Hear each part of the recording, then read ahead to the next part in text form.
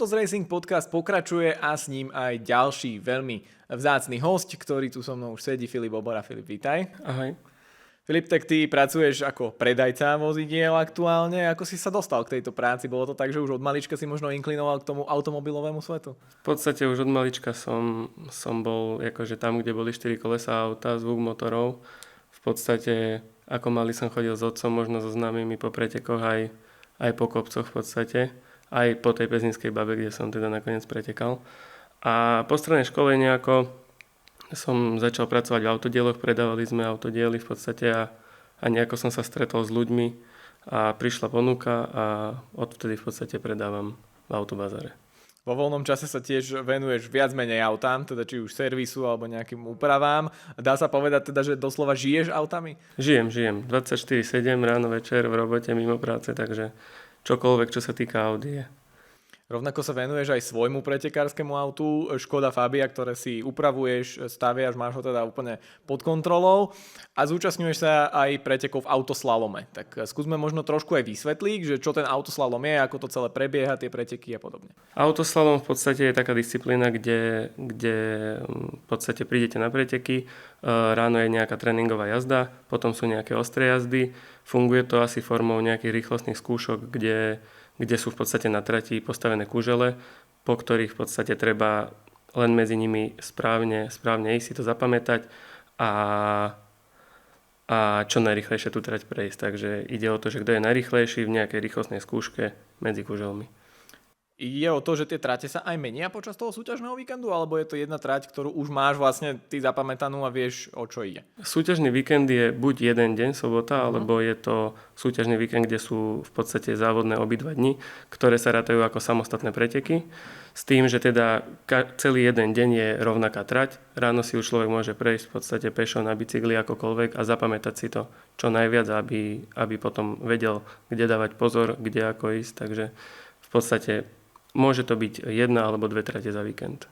Ty si úspešný v autoslalome, keďže už nejaké tie tituly máš na svojom konte, ale rozhodol si sa trošku aj presedlať na preteky do vrchu, tak prečo takáto zmena? Tak je to určite zaujímavé, je to niečo, čo ma k tomu v podstate ťahá, pretože tie kopce sú v iných rýchlostiach, sú to väčšie výzvy a je to nejaký posun dopredu voči tomu autoslalomu. Predsa len ten autoslalom je výborná vec. Je to možno priateľné pre niekoho, kto nemá úplne plné závodné auto. Dokážu tam jazdiť ľudia úplne so sériovými autami, ale aj s úplne pretekárskymi. S tým, že teda je to len nejaké posúvanie cieľa a výziev a zbieranie zážitkov. Takže asi je to o tom, že bolo to nejaké rozhodnutie dopredu sa posunúť a vyskúšať, čo je to v podstate jazdiť do vrchu. Čo sa týka toho autoslalomu, ešte plánuješ sa mu naďalej ešte nejakým spôsobom venovať, alebo teda aj do budúcna máš nejaké myšlienky, že by si ešte aj v tomto pokračoval? Určite, v podstate ja som jazdil s tou závodnou Fabiou niekedy od roku 2018 do roku 2023, kedy teda postupne sa upravovala, zlepšovala a v tom 23. roku som sa rozhodol, že to auto postavím úplne od základu, len teda aj finančne, aj časovo je to náročné. A mal som jeden rok v podstate prestávku s tým, že prišla ponuka v podstate od môjho šéfa, že teda mi požičal sériový Yaris, alebo teda sériový s nejakými pneumatikami a niečím, čo je vhodné na ten autoslalom a išli sme celú túto sezónu. V podstate s tým, že som vynechal možno nejaké 2-3 preteky alebo 2 víkendy. A už je v podstate po konci sezóny a aktuálne som druhý v kategórii a 5. v celkovom hodnotení vozidiel, takže bola to úspešná sezóna a teda bola to skúška toho Yarisu, ale naďalej plánujem s tým postaveným mojím autom, s tou Škodovkou pokračovať v tom autoslalome. Aké sú tam možno nejaké výrazné zmeny v tých autách? Keď sa pozrieš na tú Yarisku a na tú tvoju Škodovku, sú tam nejaké výrazné zmeny? Výrazná zmena je určite výkon, lebo v podstate tá Fabia má v sérii 120 koní, špičkovo upravená má niekde okolo 200 koní a je to, už postavená Fabia je špičkové závodné auto, ktoré má sekvenčnú alebo besynchronnú prevodovku s tým, že ten pôžitok z jazdy je iný, je to všetko ostré, surové, je to závodné a ten Yaris v podstate aj v sériovom stave má stále komfort, ale je to rýchle auto, čo sa týka výkonu, podvozku, štvorkolky, brzd, takže je to auto na cesty, ale pripravené pretekať. Ako by si možno všeobecne porovnal rozdiely toho autoslalomu a tých pretekov do vrchu, pretože je to určite niečo iné, čo si osobne vyskúšal, tak možno aj pre tých menej znaných alebo pre tých laikov nejako zjednodušene skús to porovnať. No autoslalom versus v podstate preteky do vrchu na Slovensku, hlavný rozdiel je v tom, že ten autoslalom dokáže jazdiť naozaj ktokoľvek s akýmkoľvek autom. Prihlási sa, musí splniť nejaké pravidlá, musí dodržiavať nejaké predpisy, ale vie si ho zajazdiť naozaj, že ktokoľvek. Tie preteky do vrchu možno na Slovensku sú také, že musíte mať auto, ktoré spĺňa nejaké v podstate aj homologizácie, aj čo sa týka FIA, aj týchto vecí, takže není to také úplne jednoduché a nie je to, že jedno víkendová zábava, určite sa tomu človek musí dlhšie venovať. Takže určite je to oveľa jednoduchšie na také vyskúšanie ako ten autoslalom, ako tie vrchy. Prejdime teda k Totos Racing týmu, k tomu, ako si sa vôbec dostal k tejto príležitosti zajazdiť si práve v rámci Totos Racing týmu. V podstate Totos Racing som evidoval už od začiatku, ako to vyšlo, ako boli možno nejaké prvé marketingové informácie na Facebooku, na Instagrame. Potom som sledoval v podstate prvé preteky, čo boli na Slovakia Ringu, čo bolo super, lebo ten Slovakia Ring je aj pre ľudí, čo možno bežne nepretekajú, nepoviem jednoduchý, ale nie je to také riziko, ako ísť vyslovene na ten kopec. A prišlo mi to ako veľmi dobrá príležitosť vyskúšať si niečo také. A chodilo mi to hlavou v podstate mesiac, 2, 3. A v podstate v práci sme sa stretli s Bohušom Čambalíkom. Ten povedal, že teda či to nevyskúšame, že je taká možnosť, že je voľná sedačka. Myslím si, že to bolo, že do Oždian. A vtedy som nemohol, nejako časovo to nevychádzalo. Tak nejako plynul čas a došli sme k tomu, že dalo by sa teda na tej Pezinskej Babe. Tak sme išli do toho a bola to super skúsenosť. Bolo to možno trošku komplikovanejšie tým, že to bolo mokrý pretek a bolo tam veľa nehôd, bolo to rizikové. Ale zase super skúsenosť, čo sa týka toho pretekania, že na vode ísť na hranici svojich možností, takže tak. Keď prejdeme presne k tej Pezinskej Babe, k tomu, čo si tam zažil, tak asi ono to aj pre celý ten tím, aj pre teba ako pre jazdca sú tie najnáročnejšie podmienky, ktoré môžeš zažiť. Špeciálne je to možno ešte viac nebezpečnejšie ako za suchých podmienok a všetko k tomu okolo. Bolo to asi náročné aj na psychiku. Bolo to asi na psychiku, ale v podstate išiel som tam s takým nadstavením, že mám to auto nejako v ruke a že mohli by tam padnúť možno aj dobré výsledky nejaké v rámci v podstate toho Toyota GR Yaris Cupu. A tým, že teda prišiel ten dážď a bolo to také, že skôr som musel dávať pozor a naozaj to nebolo jednoduché doviesť to auto do cieľa s tým, že každý meter bola úplne iná podmienka, úplne iná trakcia. Nebol som zvyknutý ani úplne na to auto s tým automatom, ani na tie pneumatiky a bolo to naozaj šmiklavé, takže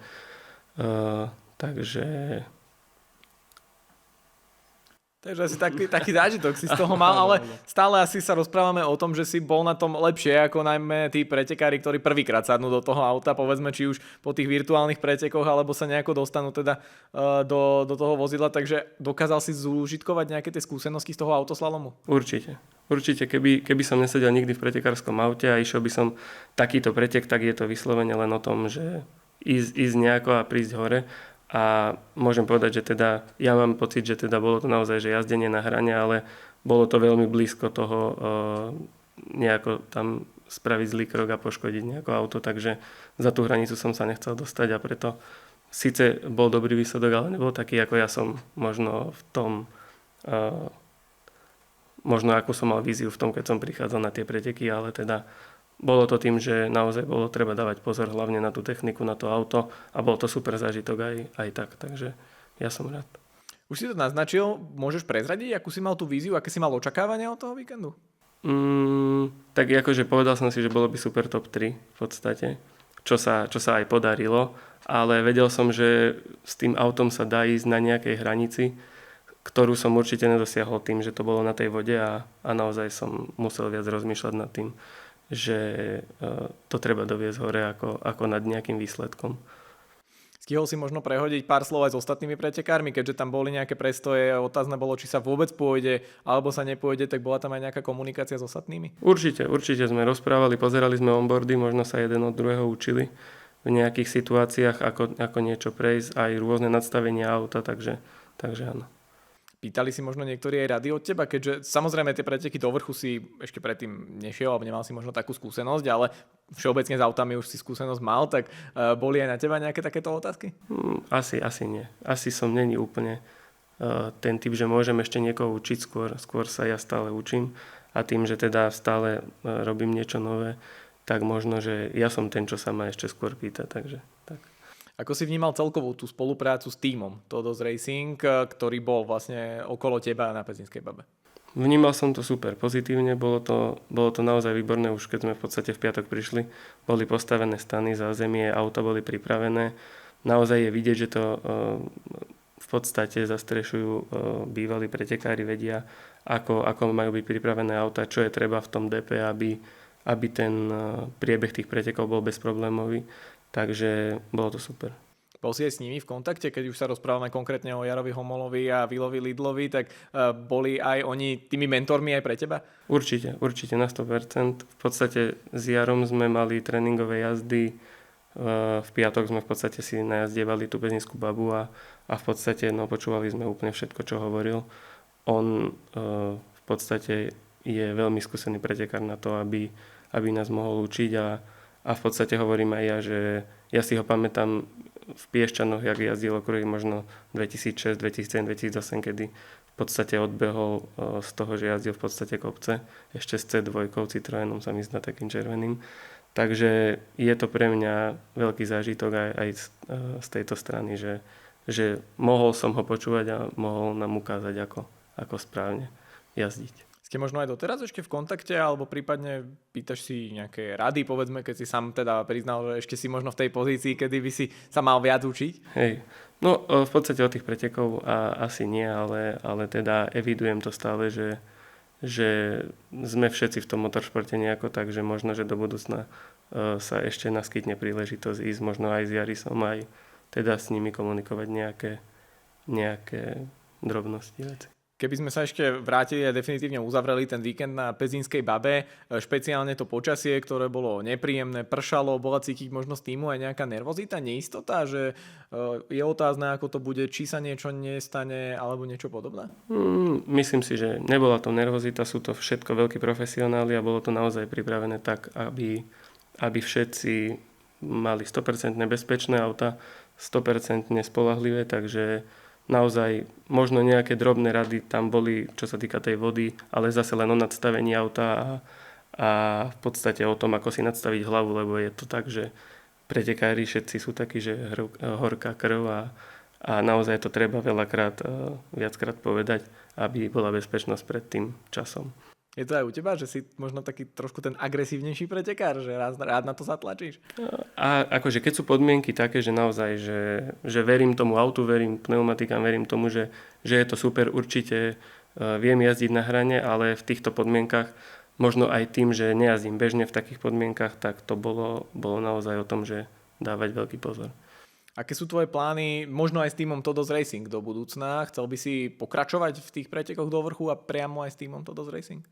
Priznám sa, že určite som nad tým rozmýšľal, že možno v budúcej sezóne, ak by bola nejaká príležitosť, tak určite vyskúšať. Možno aj práve preto, že som išiel na tej Pezinskej za mokrá a rád by som sa odviezol s tými autami aj niekde, kde bude sucho a kde sa bude dať naozaj ísť na takom svojom limite. Tak budeme dúfať, že ti aj to počasie vyjde, že ti to bude prijať. Čo sa týka tej ďalšej budúcnosti, už sme sa rozprávali o autoslalome, že tam tiež ešte plánuješ nejakým spôsobom to zakomponovať do svojej kariéry. Máš ešte nejaký taký cieľ, možno pretekársky sen, ktorý by si chcel splniť? Určite vyskúšať možno, že aj nejaké amatérske preteky okruhové, alebo endurance, alebo niečo takéto ma ťahá, to sa mi páči. Tie okruhové preteky sú predsa, je to pretekanie s ostatnými supermi na trati a baví ma to, je to o stope, páči sa mi to, takže možno, že okruh. Budeme ti držať palce a možno sa tu opäť uvidíme niekedy v budúcej sezóne, keď budeš mať za sebou ďalšie preteky a verme, že aj za sucha si to vyskúšaš. Ďakujem veľmi pekne, teším sa. A ďakujeme aj vám, že ste sledovali ďalší diel Todos Racing podcastu. Vidíme sa opäť na budúce.